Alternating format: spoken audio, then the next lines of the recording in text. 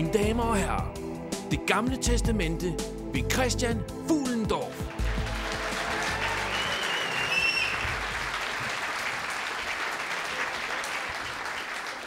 Sådan. Hej.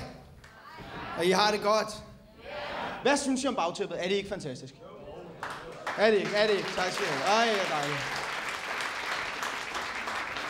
Det fik vi faktisk taget en søndag under gudstjenesten. Jeg synes, det er meget cool. Jeg kan sgu godt lide det. Jeg skal snakke om det gamle testamente. Fuck det, jeg snakker om det nye. Så kommer Brian op. Nej, jeg skal snakke om det gamle testamente, og ikke det nye, fordi det nye, det er fucking røvsygt. Det nye testamente er Jesus, der bliver født. Hej, dør. Kom igen. Hej. Hvor man kan sige, at det gamle testamente er væsentligt federe, fordi der er mange forskellige historier, der som blander sig ind i hinanden. Samson med håret, Noah, fader Abraham, Sam og Frodo, der skal smide ringen væk. Alle mulige historier, der bare blander sig. Og man bliver helt når man læser det. Og i det gamle testamente er Gud også fucking sej, mand. Han er hård, der er ikke noget retfærdighed. Han er bare, ja, sæt dig ned, mand. Du skal ikke spise med åben mund. Hold din kæft. Hvor han i det nye testamente er meget mere, vi skal alle sammen være her. Hvor er det nu så? Kan I se, hvad der er sket med ham? Kan I se det? Han er gået hen og blevet far.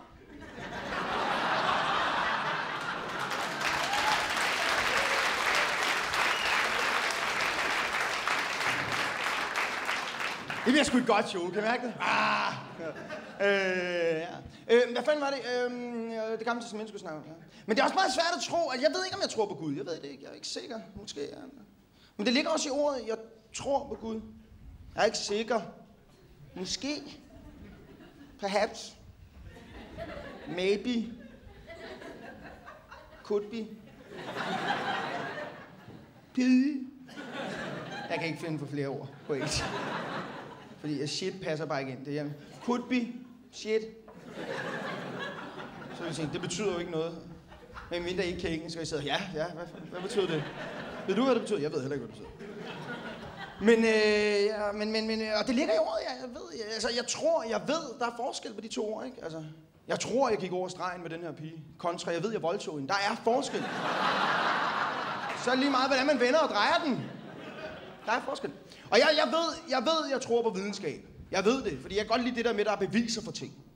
Jeg kan godt lide det der med, det blæser, fordi jeg ved ikke, hvorfor det blæser. Altså, jeg ved ikke, hvorfor det blæser. Der er mange af jer, der heller ikke ved det, men der er helt sikkert en mand med page over fodformet sko et sted, der ved det. Som kunne komme op her på scenen og sige, nu er det så mig, der spiller ham, så... Altså, nu kan jeg jo ikke vide det, hvis... Det var mærkeligt, hvis jeg så sagde det nu, og så, jamen han vidste det da ikke lige før. Hvorfor fik han lige pludselig page over fodformet sko? Hvad er det for noget? Det er jo tryller. Men altså, og man skal tænke over det der nogle gange med, at vi kommer jo ned fra havet. Det tror jeg på, vi kommer ned fra havet. Vi har været nogle organismer, der lå ude i havet og sagde, hej, har du det godt? Jeg har det også meget godt. Skal vi gå op på land? Hvad er der deroppe? Biograf, kom. Og det skal man altså bare tænke over en gang imellem, når der er en hval, der lige strander på stranden. At det kan jo godt være, at det er en optimistisk hval. Der lige tænkt, nu skal jeg op og have arme og ben. Og prøve det der biograf. Men nej, dem vil vi fandme ikke hoppe, vel? Nej, kan du så komme ned igen, din lille hval? Men har vi lyst til at have hvaler i vores samfund? Gud, vi er røv, mand. Der er helt sikkert være folk, der gik rundt og sagde, jamen, de kan jo ikke integrere sig. De bruger bare deres starthjælp på plankton. Åbner kiosker på hvert gadehjørne og sælger 50 liter skolager. Og så bliver de så sure, når vi tegner Ariel. Det er sådan en, der lige kommer ind, men lige... Sådan en joke kan jeg godt lide. De lister sig ind på folk, ligesom mig og kvinder. Jeg lister ikke ind for piger. Det gør jeg ikke. Jeg går meget målrettet hen til kvinder. Jeg siger, hej, vil du med mig hjem? Sådan er det at være farmar.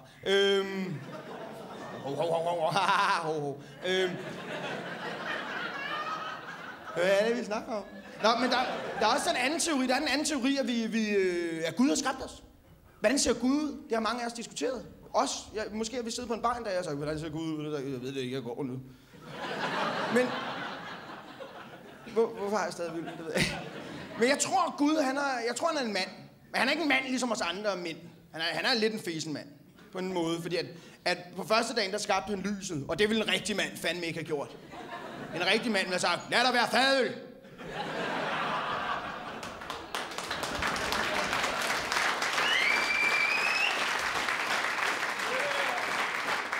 Og når han er så også lidt siddet sådan her, hvor stiller jeg den fadøl?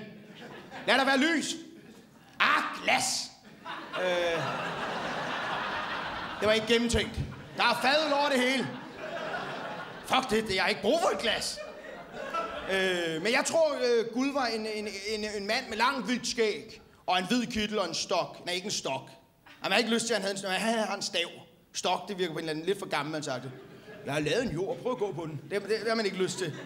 En blindestok, nej, måske. Jeg ved ikke, om jeg ville gå derop, hvis jeg var dig. Men det er langt tilbage i tiden. Han har bare hængt ud i universet. Nej, fuck, det universet var der ikke engang. Det har ikke skabt endnu. Det var kun ham.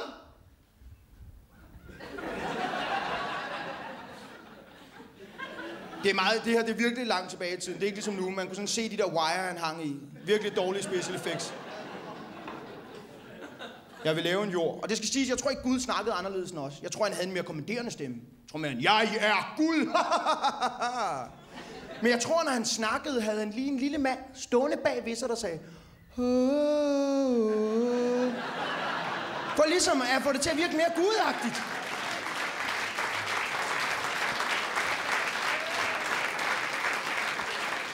Så han er sådan, Noah, byg mig en ark. Det var et godt team. De kunne lide hinanden. Og så ville han lave en jord. Og jeg tror ligesom alle os andre, så når man skal bygge noget, så er man lige nede i sit lokale byggemarked. Han er gået ned til et byggemarked, kom ind, mødte Alla på vejen ind ad døren. Har sagt, hej Alla. Hej Gud.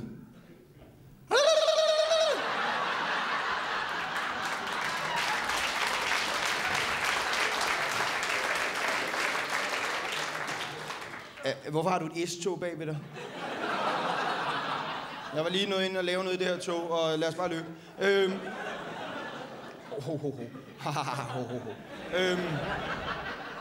Jeg var lige på grænsen. Måske. Det kan også godt være, den var over, faktisk. Vi klipper det ud. Nej, men det er bare hele det der med, at han kommer ind i byggemarkedet, og han skal bygge en jord, og han kommer op til disken og siger, jeg skal bygge en jord. Og jeg skal bruge jeres stærkeste materiale. Hvad har I? Diamant? Puh, er det dyrt. Titanium? Ej, det er også dyrt. Har I noget billig lort? For jorden er jo bygget af billig lort. Han har jo bare endt med at stå nede på en losseplads og sagt, der er nogen, der skal bruge det der granit derovre. De der toiletter derovre, kan jeg tage dem? Hvad er det for nogle store knogler? Hvad siger du, de hedder? Dinosaurerne? Og det er meget sjovt, så kan jeg finde dem, lægge dem ned i jorden. Folk kan finde dem og tænke, hvad fanden er det? Og det giver problemer for... jeg elsker mig selv. Jamen, Gud var meget egocentreret, kan jeg godt sige. Han var meget sådan, jeg så, at det var godt. Ja, du er den eneste til at kigge på det. Prøv, hvis han havde haft en kone, havde alt ikke været så godt. Så havde jorden nok været lidt bedre. Han kigger, der er en vulkan, og siger, ja, jeg så, det var godt. Har der lige været en kæreste? Det matcher jo ikke. Lavaen skal være blå, det ser meget federe ud. Gider du godt at lade være med at snakke med min stemme? Ja, det er godt. Og vil der have en kone, der bare har samme stemme som en selv. Kaldte jeg lige, og der var mad? Nå, det var underligt. Jeg har altså ikke lavet mad. Men så på første dagen, der lavede han lyset, og på fjerde dagen lavede han solen. Hvordan det hænger sammen. Det springer de meget let henover i Bibelen. Men jeg har studeret det og tænkt mig over det. Det vil jo være beviset for, at Gud bruger også malerlamper, når han laver store ting. Tak til jer. Tak, fantastisk.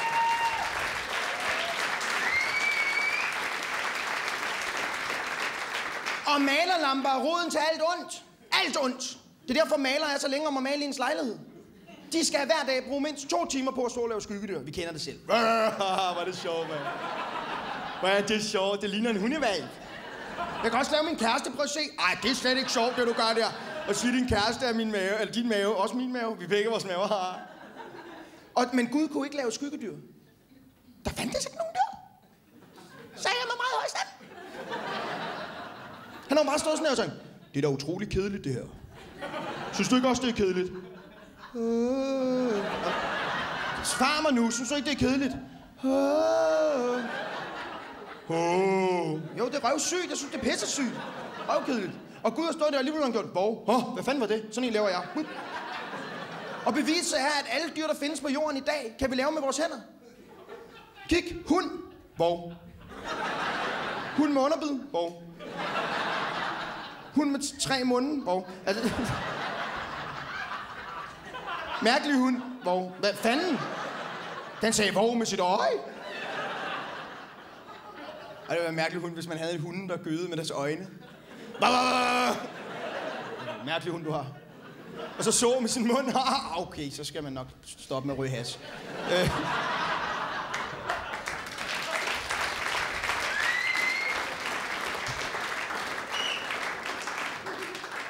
Jeg kan godt lide at ryge hash. Men anyway, han lavede de der dyr, og dyrene løb ud i Edens have. Og så lavede han Adam. Og Adam, han lavede ham med ler i det koden. Han kunne sikkert godt have knipset, men han ville lige blære sig lidt med sin keramikkunstner. Og sad på sådan en drejebænk, så jeg prøver at se, kan du lide det? Og Adam stod, det er dejligt det her, bliv ved. Og han lavede Adam, og han kom frem med Adam og sagde, dit navn er Adam. Og Adam sagde, tak skal du have, Gud. Og jeg er jo manden med de 1000 stemmer. Ja. Lav lige en anden stemme, fordi en senere joke vil det være besværligt, når vi snakker sammen, at vi har en stemme. Ja, med den her. Nej, det er jo ret homo-agtig stemme. Jeg synes ikke, det passer ikke, at Adam er homo. Det tror jeg ikke, de kan lide i Bibelen. Eller den er ikke skrevet endnu, men der kommer en bog en dag. Og ja, du kan se ud i fremtiden, Gud. Ja. Jeg hoppede op med at vrikke med hofterne. Ej, jeg synes, det er dejligt. Nej, hold op. Ja.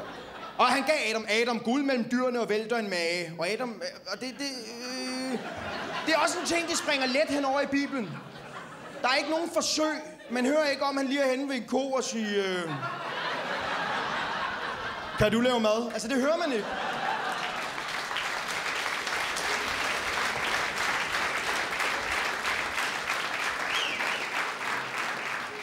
Ja, han kommer i hvert fald tilbage til Gud og siger, Gud, der var ikke nogen mand... Stop med at vrikke med de hofter. Ho. Hvad var det der? Jo.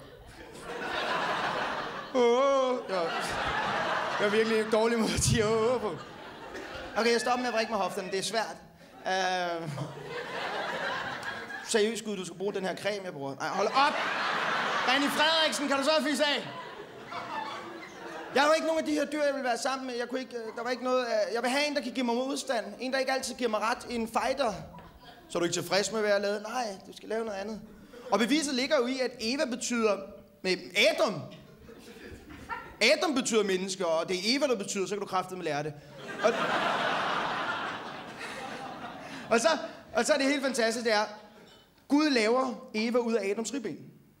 Det var Adams idé. Gud har stået, du er syg i hovedet, mand. Ja, hvad regner du med, mand? Jeg har lige knaldet halvdelen af Hakke Bakkeskoven, mand. Jeg er sgu da hjernedød, mand.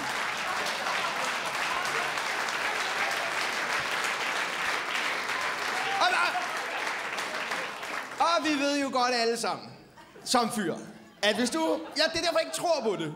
Fordi hvis i Bibelen står der, det er Gud, der siger, at jeg laver han ud af det ribben.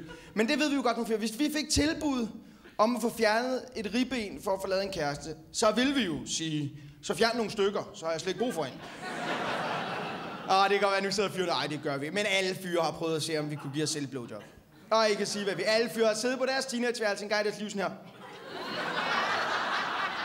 Og man kan ikke. For vi har prøvet.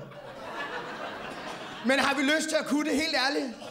Har vi lyst til, at vores forældre åbner døren og siger, Helle, prøv lige... Ej! Helle, kom og se din søn, den er der helt galt. Det ligner kraftet med noget for eksorcisten, det der, mand. Nu kommer der slim ud af munden. Ej, for satan! Få din søn smidt ud. Jeg kan ikke klare ham mere. Hvordan gør man? Altså...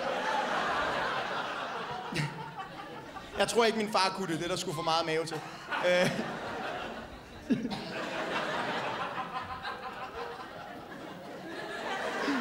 Det gør jeg faktisk lige til, at han er herinde, nemlig. Det gør jeg lige til at tænke. Sorry. Men han har også en meget lang diller, så jeg tror faktisk godt, han kan.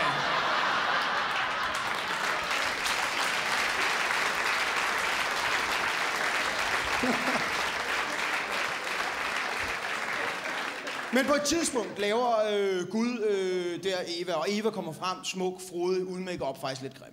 Og hun løber rundt ude i skoven og kommer hen til et træ. Kundskabens træ, der på det tidspunkt var verdens klogeste træ. Det stod konstant og sagde, 2 + 2 er 4. Ja. Om lidt skal jeg hen og smadre Sauromans borg. Gå ned ad mig, Hobbit. Og der ligger en slange oppe i træet og kigger ned på Eva og siger, nej, Eva. Jeg lød meget mere som Frank Hvam. Jeg har lige skidt i en kattebakke. I hvert fald siger slangen til Eva, at Eva, du skal spise et æble fra træet. Nej, fordi så har Gud sagt, at jeg dør, hvis jeg gør det. Så det kan jeg ikke. Du skal spise et æble fra træet. Hvordan kan du gøre det, når du er en slange? Ja. Har du lige pludselig arme? Ja. Det er ikke min arm, det her.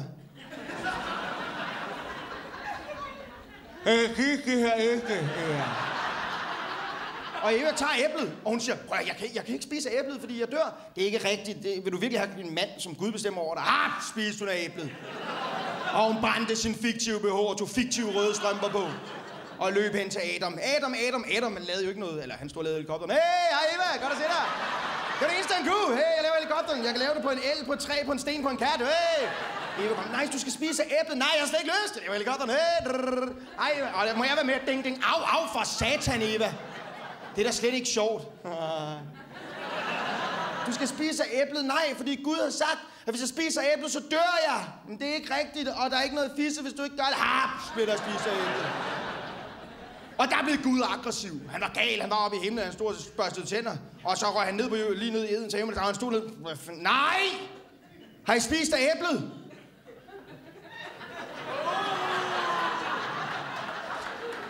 Det der tænkte I selv. Det var ikke mig, der... Ja, det var ikke mig, der tænkte, at Gud stod og var ved at give en et håndjob, tror jeg vil sige. Det her, det er jo verdens mindste diller. Der er nogle af pigerne, der var ude, der sidder lige nu og siger, det er da faktisk ret flot. Men det var ikke det, han børster tænder. Med en diller, det er faktisk ret ulækkert. Nej, men i hvert fald så siger Gud, som straf, I skal have en straf, I skal sgu da have en straf. Adam, det skal gøre ondt i ryggen på dig, når du pløjer. Ja, og Adam sagde, vi opfinder jo bare en majetaske en dag. Som du kan pløje med. Det er en mærkelig majetasker. Det var da utroligt så meget, du ved om landbrugsprodukter. Ja, jeg er lidt af en landmand. Eva, som straf skal det gøre ondt, når du føder børn. Ha, ha, ha. Og Eva sagde, børn? Adam sagde, børn? Jeg ved ikke, hvad det er, men jeg er fandme ikke parat til det. Og slangen prøvede at liste væk.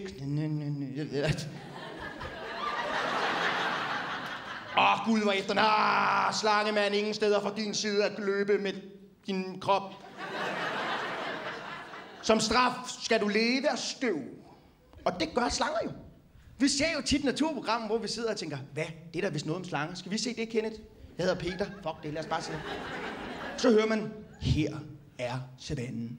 Og hvad er det, der kravler hen over det? Det er da vist savannenslangen.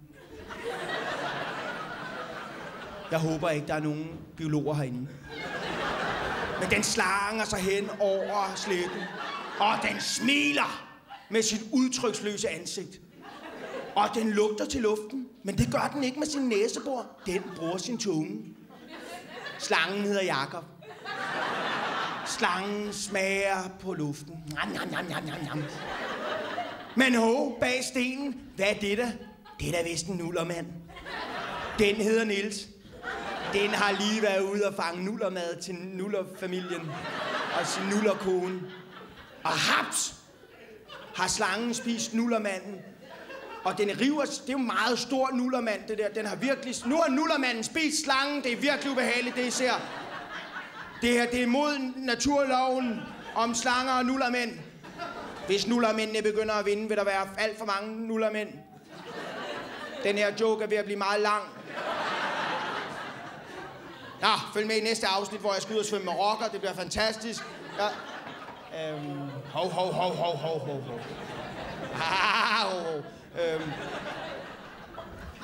Det var skabelseshistorien, og jeg har ikke lavet noget om.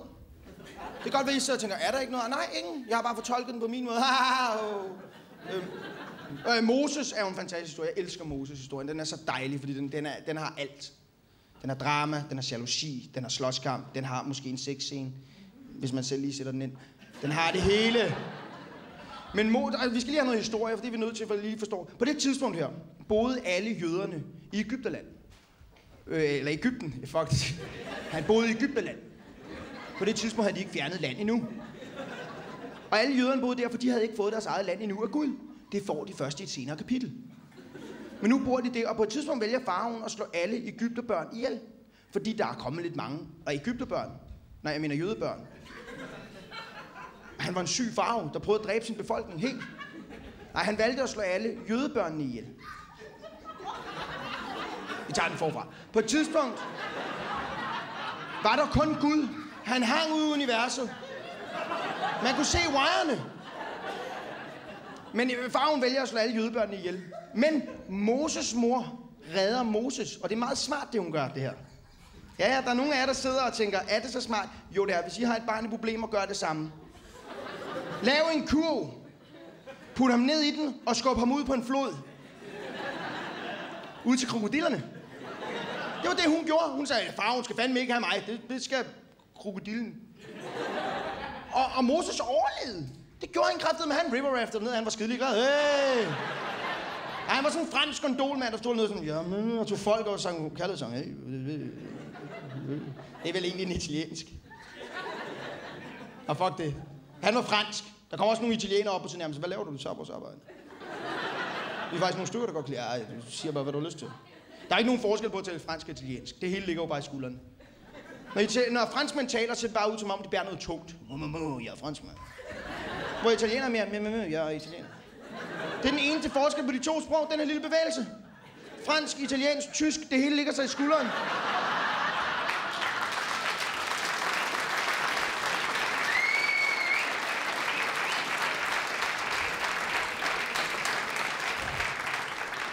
Det er ikke helt rigtigt.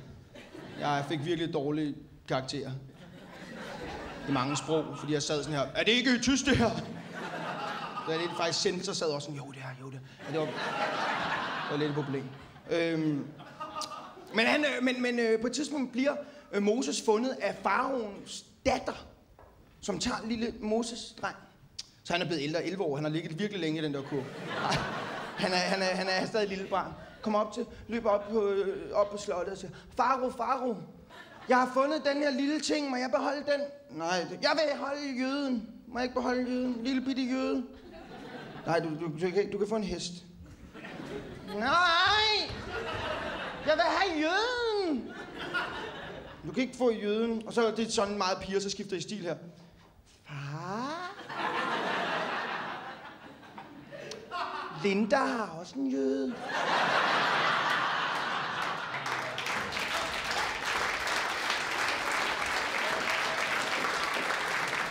Og hun får lov til at beholde jøden, så længe hun selv går tur med ham. Men det gør, at Moses vokser op i det egyptiske samfund. Han vokser op mellem det der high society-liv.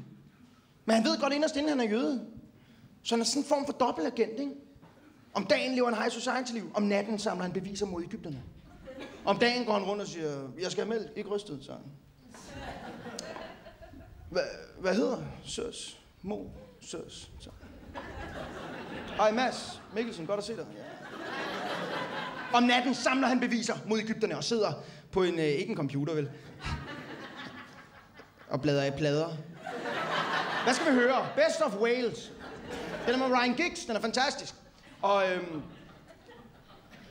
den var faktisk meget ulældelig, den joke. Ja, det er noget værd noget. På et tidspunkt kommer han til at slå en egypter ihjel og er nødt til at flygte fra Egypterland. Og kommer ud og bliver forhyrte. Og det skal siges. I Bibelen er du meget tit forhyrte, før du bliver noget stort inden for Bibelen. Du bruger det lige som sprinkler. Det er meget vigtigt, når du lige kommer op og siger, jeg kunne godt tænke mig at være med i det der Bibelen. Ja, jeg kan se, du har været 3 års forhyrte.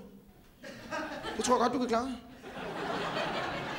Jamen, det er lidt ligesom med stand-up i dag. Der er også stand-up-komikere, der bruger stand-up som springbræt videre til at lave sådan noget dårlig rapmusik. Og det er meget sådan en joke, der deler vandene lidt, ikke? Det synes jeg er meget sejt.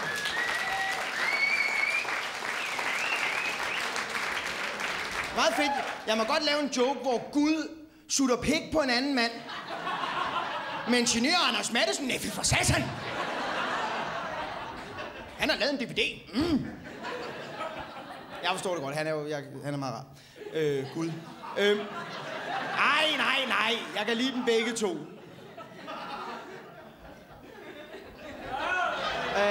Ikke på den måde. Måske. Lad os komme videre for det her.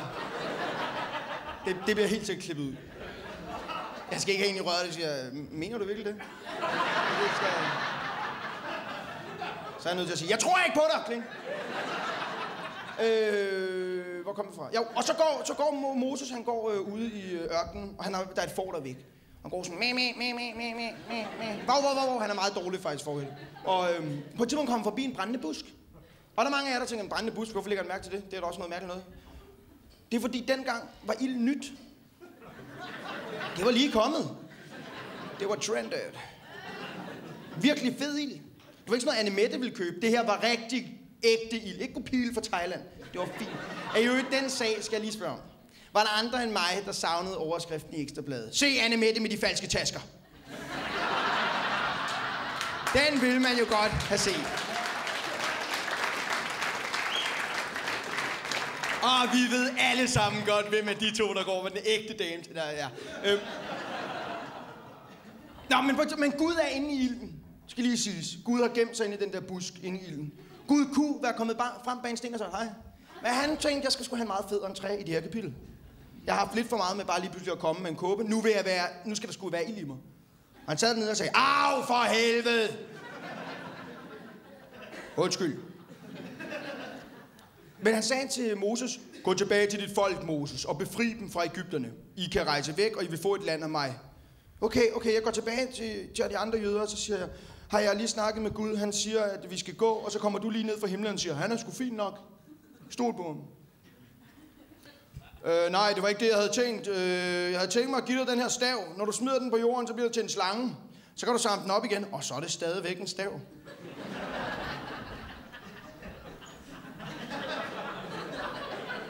Jeg kan også tage min tommelfinger af og sætte den på igen, altså. Ja, pølse, hvad med den? Kan du bruge den? Den er eddermame brugt, den joke. Den er faktisk overbrugt. Ja, jeg synes, den er meget sjov. Du er ved at tabe håret. Men han kom i hvert fald tilbage til den egyptiske farve, og ville skulle sige til den egyptiske farve, at nu skred hans folk. Han var lidt træt af at være der. Og den egyptiske farve ventede på ham og sad i en æggestol med en kat. Jeg har ventet dig, Mr. Moses.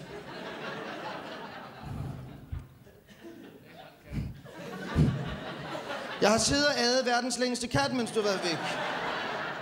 Om lidt kommer der en nordisk ud og prøver at løfte den. Det er en stor kat. Men så kaster Gud... Jeg kan ikke huske, hvor mange plager det er. Hvor mange plager er det der? 7. Der er nogen, der siger 10. 10! Men de siger det også hele tiden. Hvad hedder du? 10! Og derfor må de ikke være her. Jeg ved ikke, hvor mange plager der er. Fuck det, der er 8,5. Men så kastede Gud plagerne over Egypten. Og det var frøer, der kom, og det var bier, der kom, og det var myg, der kom, og det var jo ikke plager. Det var irriterende. Men det var ikke plager, det var drengestreger, det var det var. Det endte jo bare med en egypter en dag kom ud af sin hoveddør og åbnede og sagde, hvad fanden er det der er ild i? Ej, det er lort! Hvem har kastet æg på hele mit hus? Og toiletpapir. Og en anden jøde kom ud, egypter kom ud herover og sagde, men du har tandpasta under næsen.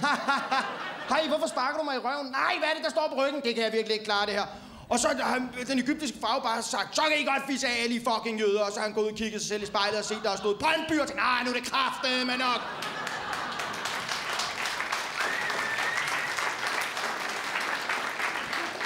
Og han først smed han alle jøderne ud, og jøderne var på vej afsted og kom ned til noget vand, men der ombestemte den egyptiske farve så også fulgte efter dem med sin her. Så kom den og sagde, tag dog en hest. Okay.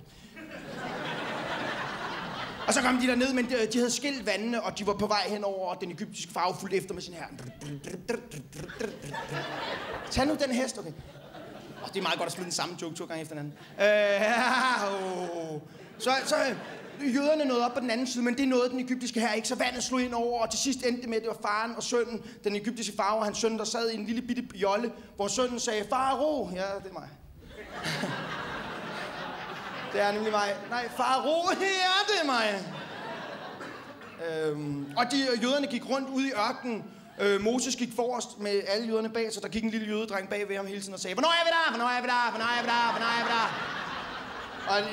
Og Moses gik og sagde, hold nu op, der er ikke så lang tid til. Hvor lang tid er der til det, Gud?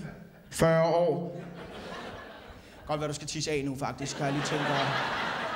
Der kommer ikke nogen resteplads herhenne. På et tidspunkt skal Moses op og hente de 10 bud på et bjerg. Og så løber han derop ad dværgen. Dværgen, ja, smukt. Der lå en dværg, som han lige løb henover. Der lå sådan en stor bunke dværge. Folk sagde, hvad laver de her dværger? Hvad er det, der står? Det VM for kluder mod dværgning? Ja, det er noget værd. Ej, det var fordi Gud på et tidspunkt lå tør for byggematerialer. Og så begyndte han at bruge dværge. Så lagde han dem i bunker og murede dem inden og sagde, I kan først komme ud, når der kommer noget, der hedder fangerne på fortet.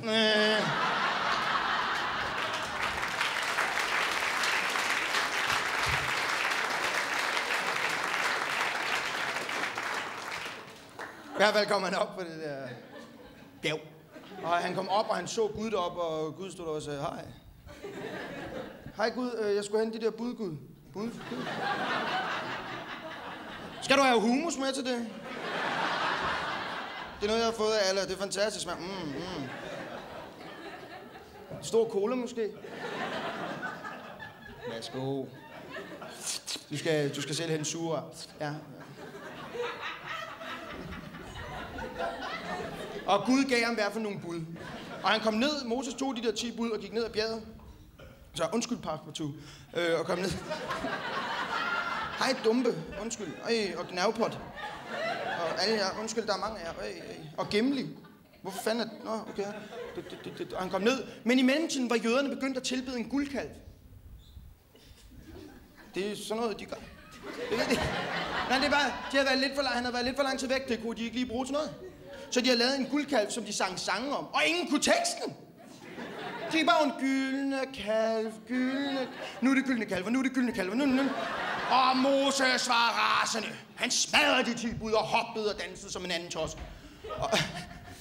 Og de sagde, undskyld, Moses, det var en fejl. Okay, så henter jeg nogle nye bud. Men hvem tjekker de bud, han smadrede der, var verdens fucking fedeste bud? Vi lever jo efter de bud, han hentede senere. Hvem tjekker de bud, der ligger der smadret lige nu i joken, men ikke i virkeligheden? Var herre fede bud? Hvem tjekker bud 1? Kage til alle. Bud 2? Mere kage. Bud 3? Rimelig meget kage. Han gik op og hentede de der nye bud, og det er dem, vi lever efter i dag. Men det er jo de 10 bud. Det er ikke regler, det er Guds bud. Det er mit forslag. Det var en brainstorm, det var det var. Gud har stået og sagt, jeg synes ikke, man skal knalde sin nabos hustru. Der kom Moses, der lige rejse op. Kender det godt, hun er meget sød og sådan noget, så går du lige nu. Altså, come on. Point taken. Jeg vil gerne slutte af med noget herrefilosofisk. Og jeg har tænkt længe over, hvordan man skulle gøre det og sådan noget, fordi jeg forberedte mig længe på det her show, hvor jeg tænkte, jeg læste Bibelen og sådan noget. Og hvad kan man gøre? Hvordan kan det blive filosofisk? Jamen, lad mig prøve. Vi er forskellige. Vi er fandme forskellige. Nogle hedder Brian.